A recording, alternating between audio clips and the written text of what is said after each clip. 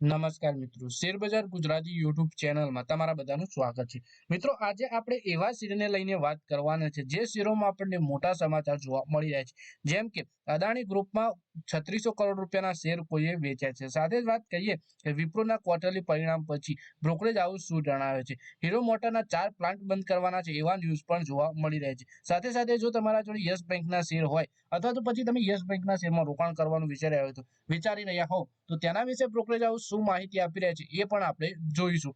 એક company dividend આપવાની છે, એ પણ 100 રૂપિયાથી વધુનો, તો આ કઈ કંપની છે અને આની રેકોર્ડ ડેટ કંપની ક્યારે રાખી છે એ પણ આપણે ડિટેલમાં જોઈશું। તો આ વિડીયોને તમે પૂરેપૂરો જોજો, જેથી કરીને આ બધા જ શેરો વિશેની માહિતી તમને ડિટેલમાં મળી રહે અને તમારા જોડે આમાંથી કોઈ પણ શેર હોય તો તમે આ શેરમાં આગળ શું કરવું અથવા તો પછી તમારે તેના વિશેની માહિતી તમને પૂરેપૂરી મળી રહે। તો રોકાણ કરવા માંગતા હો આવા શેરોમાં તો પણ તમે આ શેરો વિશેની માહિતી મેળવી શકો। પણ કોઈ પણ શેરમાં શેર રોકાણ કરતા પહેલા તમારા ફાઇનાન્શિયલ એડવાઇઝર જોડે આ બધા જ શેરને લઈને તમારે ચર્ચા કરી લેવી જોઈએ, પછી જ તમારે શેર બજારમાં રોકાણનો નિર્ણય કરવો જોઈએ। ભારતીય શેર માર્કેટમાં અદાણી ગ્રુપ વિશે અવારનવાર ચર્ચાઓ થતી રહે છે। કોઈ રોકાણકાર આ કંપનીના શેરમાં પૈસા લગાવે કે ન લગાવે, પરંતુ આ કંપનીને ઇગ્નોર ક્યારેય નહીં કરે। તાજેતરમાં જ સમાચાર સામે આવ્યા છે કે ફોરેન ઇન્સ્ટિટ્યુશનલ ઇન્વેસ્ટર એટલે કે FIIs આ વર્ષના પહેલા ક્વાર્ટરમાં અદાણી ગ્રુપના સ્ટોક ડમ્પ કરી દીધા છે। તો બીજી તરફ ભારતીય વીમા કંપની, મ્યુચ્યુઅલ ફંડ્સ અને LIC જેવા ઘરેલું રોકાણકારોએ તેમાં ધુઆંધાર રોકાણ કર્યું છે। તો ચાલો જાણીએ કે ફોરેન ઇન્વેસ્ટરે કયા સ્ટોકમાં પોતાના પોર્ટફોલિયોમાંથી દૂર કર્યા છે અને કયા સ્ટોકને સામેલ કર્યા છે। FIIએ અદાણી ગ્રુપની 5 મોટી કંપનીઓમાં લગભગ 3600 કરોડ રૂપિયાનો હિસ્સો વેચ્યો છે અને જણાવી દઈએ કે આ પગલું એવા સમયે લેવામાં આવ્યું છે જ્યારે અમેરિકામાં અદાણી ગ્રુપ પર ગંભીર ભ્રષ્ટાચારનો આરોપ લાગ્યો છે। એટલે કે 5 કંપનીઓમાં અલગ અલગ 3600 કરોડ રૂપિયાના શેર વેચ્યા છે। અદાણી ગ્રીન એનર્જીમાં FIIએ 13.68% ઘટાડી 12.45% ભાગીદારી કરી છે, એટલે કે 1.23% ઘટાડો દર્શાવે છે। 1850 કરોડ રૂપિયાનું વેચાણ કર્યું છે। અદાણી પોર્ટ્સ અને સ્પેશિયલ ઇકોનોમિક ઝોનમાં તેમનો હિસ્સો 0.5%થી ઘટી 13.42% થયો, જેમાં 1310 કરોડ રૂપિયાનો ઉપાડ થયો છે।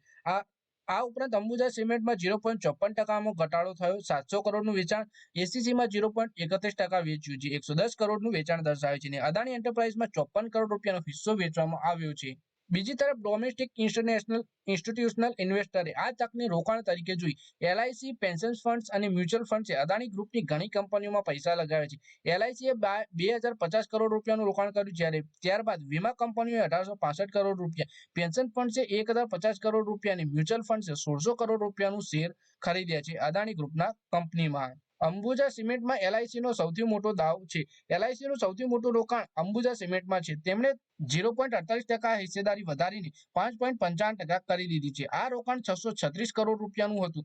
અદાણી પોર્ટ્સમાં LICએ 0.24% હિસ્સો ખરીદી 631 રૂપિયા રોક્યા છે, જ્યારે એસીસીમાં 1.12% ભાગીદારી ખરીદીને 412 કરોડ રૂપિયા રોક્યા છે। અદાણી એન્ટરપ્રાઇઝમાં 0.14%ની સાથે 362 કરોડ રૂપિયાનું રોકાણ કર્યું છે LICએ। વીમા કંપનીઓએ પણ પોતાની પકડ મજબૂત બનાવી છે। તેમણે અંબુજા સિમેન્ટમાં 0.4% હિસ્સો ખરીદ્યો, એટલે કે 550 કરોડનું રોકાણ કર્યું। અદાણી પોર્ટ્સમાં 0.2% એટલે કે 475 કરોડ રૂપિયાનું રોકાણ કર્યું। એસીસીમાં 1.17% એટલે કે 433 કરોડ અને અદાણી એન્ટરપ્રાઇઝમાં 0.13% એટલે કે 335 કરોડ રૂપિયાનું રોકાણ કર્યું છે। આ પેન્શન ફંડ ખાસ કરીને અદાણી પોર્ટ્સમાં 871 કરોડ અને અંબુજા સિમેન્ટમાં 192 કરોડ રૂપિયા રોક્યા છે।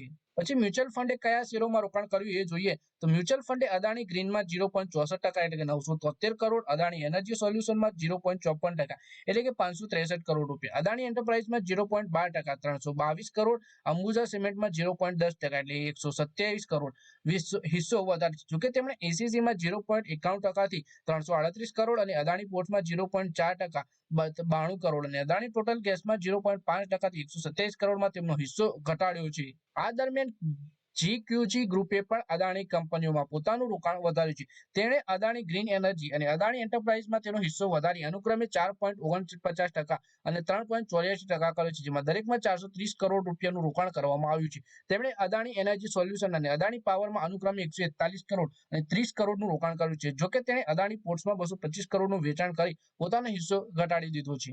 પછી મિત્રો આપણે આઈટી કંપની વિપ્રોના ક્વાર્ટર 4ના પરિણામ વિશે વાત કરીએ, જેમાં દેશની દિગ્ગજ કંપની વિપ્રોના શેરોમાં ક્વાર્ટર પરિણામો બાદ જબરજસ્ત તેજી જોવા મળી રહી છે. કંપનીએ ચોથા ક્વાર્ટરમાં 3570 કરોડ રૂપિયાનો નફો નોંધાવ્યો છે, પરંતુ રોકાણકારોને કદાચ તે ગમ્યું નથી. 16 એપ્રિલે ક્વાર્ટર 4ના પરિણામો જાહેર થયા બાદ વિપ્રોના શેર ઘટાડા સાથે ખુલ્યા. કાલની 247 રૂપિયાની ક્લોઝિંગના મુકાબલે આઈટી કંપનીના શેર 235 રૂપિયા પર ખુલ્યા અને 232 રૂપિયા સુધી દિવસ દરમિયાન ગગડ્યા. હાલ વિપ્રોના શેર 234 રૂપિયાના સ્તર પર કારોબાર કરી રહ્યા છે. ક્વાર્ટર દરમિયાન બ્રોકરેજ હાઉસે શેર માટે ટાર્ગેટ પણ ઘટાડી દીધું છે, જ્યારે અલગ અલગ એક્સપર્ટ પણ શેર પર મિશ્ર પ્રતિભાવ આપી રહ્યા છે. પરિણામ વિશે વાત કરીએ તો બજાર બંધ થયા બાદ ચોથા ક્વાર્ટરના પરિણામ રજૂ કર્યા હતા. કંપનીએ જણાવ્યું કે ગયા ક્વાર્ટરમાં તેનો કન્સોલિડેટેડ નફો 3354 કરોડ રૂપિયાથી વધી 3570 કરોડ રૂપિયા થયો છે, જ્યારે આવક 22,285 કરોડ રૂપિયાથી વધીને 22,445.3 કરોડ રૂપિયા રહી છે. આ ઉપરાંત ડોલરમાં વિપ્રોની આવક $259.6 કરોડ રહી છે. પછી બ્રોકરેજે આ શેરમાં ટાર્ગેટ કેમ ઘટાડ્યું એ જોઈએ તો ચોથા ક્વાર્ટરના પરિણામોની રજૂઆત પછી બ્રોકરેજ હાઉસે એમકે ગ્લોબલ ફાઇનાન્શિયલી વિપ્રોના શેરનો લક્ષ્ય ભાવ ઘટાડી 260 રૂપિયા કર્યો છે, જ્યારે લાઈવ મીટના રિપોર્ટમાં એસએમસી ગ્લોબલ સિક્યોરિટીઝના સિનિયર રિસર્ચ એક્સપર્ટ સીમા શ્રીવાસ્તવે કહ્યું કે કંપનીએ સારો નફો મેળવ્યો છે અને કેટલાક મોટા સોદા કર્યા છે, જે એક પોઝિટિવ સંકેત છે. જોકે કંપનીનું રેવન્યુ ઓછું થયું છે અને ટૂંકા ગાળામાં તેમાં ધીમી વૃદ્ધિની આશા છે. તેનો અર્થ એ છે કે આગળ કંપનીની સામે કેટલાક પડકાર હોઈ શકે છે. એવામાં રોકાણકારોએ આવનારા મહિનામાં વિપ્રોના શેરના પ્રદર્શન પર નજર રાખવી જોઈએ. પછી ચોઇસ બ્રોકિંગના એક્ઝિક્યુટિવ ડિરેક્ટર સુમિત બાગડિયાએ વિપ્રોના શેરને વેચવાની સલાહ આપી છે. તેમનું માનવું છે કે ટેકનિકલ ચાર્ટ પર કંપનીના શેર નબળા જોવા મળી રહ્યા છે અને તે 210 રૂપિયાના સ્તર સુધી જઈ શકે છે. પછી મિત્રો વાત કરીએ આપણા દેશની સૌથી મોટી ટુ વ્હીલર કંપની હીરો મોટરકોર્પના વિશે, જેમાં કંપનીએ તેના 4 મેન્યુફેક્ચરિંગ પ્લાન્ટ્સ થોડા દિવસો માટે ઉત્પાદન બંધ કર્યું છે. આ સમાચાર બાદ કંપનીના શેર આજે 17 એપ્રિલના રોજ 3% તૂટ્યા હતા. હીરો મોટરકોર્પે જણાવ્યું હતું કે તેણે 17 એપ્રિલથી 19 એપ્રિલ 2025 સુધી તેના 4 પ્લાન્ટ્સમાં ઉત્પાદન રોક્યું છે. આ નિર્ણય શોર્ટ ટર્મ સપ્લાય એલાઇનમેન્ટને ધ્યાનમાં રાખીને લેવામાં આવ્યો છે અને આ સમયગાળા દરમિયાન પ્લાન્ટમાં મેન્ટેનન્સ અને ઓપરેશનલ સુધારા માટે કરવામાં આવ્યો છે. એટલે કે કંપનીએ 4 પ્લાન્ટ થોડા દિવસ માટે બંધ રાખવાનું જણાવ્યું છે અને જેના કારણે 3% શેર પણ ઘટ્યા હતા. હીરો મોટરકોર્પે શેર બજારને જાણકારી કરી કે અમે તમને જાણ કરવા માંગીએ છીએ કે 17 એપ્રિલથી 19 એપ્રિલ 2025 સુધી અમારા 4 મેન્યુફેક્ચરિંગ પ્લાન્ટ ધારુહેડા, ગુરુગ્રામ, હરિદ્વાર અને નિમરાણામાં અસ્થાયી રૂપે ઉત્પાદન બંધ કરી રહ્યા છે. આ પગલું શોર્ટ ટર્મ સપ્લાય એલાઇનમેન્ટ હેઠળ લેવામાં આવ્યું છે. 20 એપ્રિલથી પ્લાન્ટ શરૂ થશે એવું હીરો મોટરકોર્પે જણાવ્યું. આ દરમિયાન તે મશીનોનું રિપેરિંગ કામ અને પ્લાન્ટમાં બીજા કેટલાક જરૂરી સુધારા કરશે, જેથી ઉત્પાદન વધુ સારું થઈ શકે. કંપનીએ જણાવ્યું કે 20 એપ્રિલથી આ પ્લાન્ટ્સમાં ફરીથી ઉત્પાદન શરૂ થઈ જશે. પછી જોકે કંપનીએ એ પણ સ્પષ્ટ કર્યું કે તેમાં તિરુપતિ હલોલ ખાતે આવેલા પ્લાન્ટ્સમાં સમયગાળા દરમિયાન સામાન્ય રીતે કામગીરી ચાલુ રહેશે. કંપની ખાતરી આપી છે કે આ કામગીરીથી અમારા સ્થાનિક અને આંતરરાષ્ટ્રીય બજારોમાં વેચાણ પર કોઈ અસર નહીં પડે. પછી શેરની સ્થિતિ વિશે વાત કરીએ તો હીરો મોટરકોર્પના શેર લગભગ આજે 3% ઘટી 3680 રૂપિયાના ભાવે ટ્રેડ થઈ રહ્યા હતા. 52 વીક લો 3344 રૂપિયા છે અને 52 વીક હાઈ 6246 રૂપિયા છે. કંપની માર્કેટ કેપ 73,700 કરોડ રૂપિયાની છે. પછી મિત્રો આપણે વાત કરીએ સ્વરાજ એન્જિનના શેર વિશે, જે કંપની કારોબારી વર્ષ 2025ના ચોથા ક્વાર્ટરના પરિણામોની જાહેરાત કરી દીધી છે. પરિણામો સાથે જાહેર થવાની સાથે જ શેરમાં લગભગ 11%ની જોરદાર તેજી જોવા મળી. વાસ્તવમાં વાર્ષિક આધાર પર કંપનીની આવક અને નફામાં ગ્રોથ જોવા મળી છે. સાથે જ કંપનીએ રોકાણકારો માટે હજુ સુધીના સૌથી મોટા ડિવિડન્ડની પણ જાહેરાત કરી છે. બોર્ડ બેઠકમાં 1045% ડિવિડન્ડના પ્રસ્તાવની પણ જાહેરાત કરવામાં આવી છે. એટલે કે રોકાણકારોને એક શેર ઉપર 104.50 ડિવિડન્ડ મળશે. એટલે કે કંપની છે સ્વરાજ એન્જિન અને કંપનીએ ચોથા ક્વાર્ટરના પરિણામો જાહેર કર્યા છે.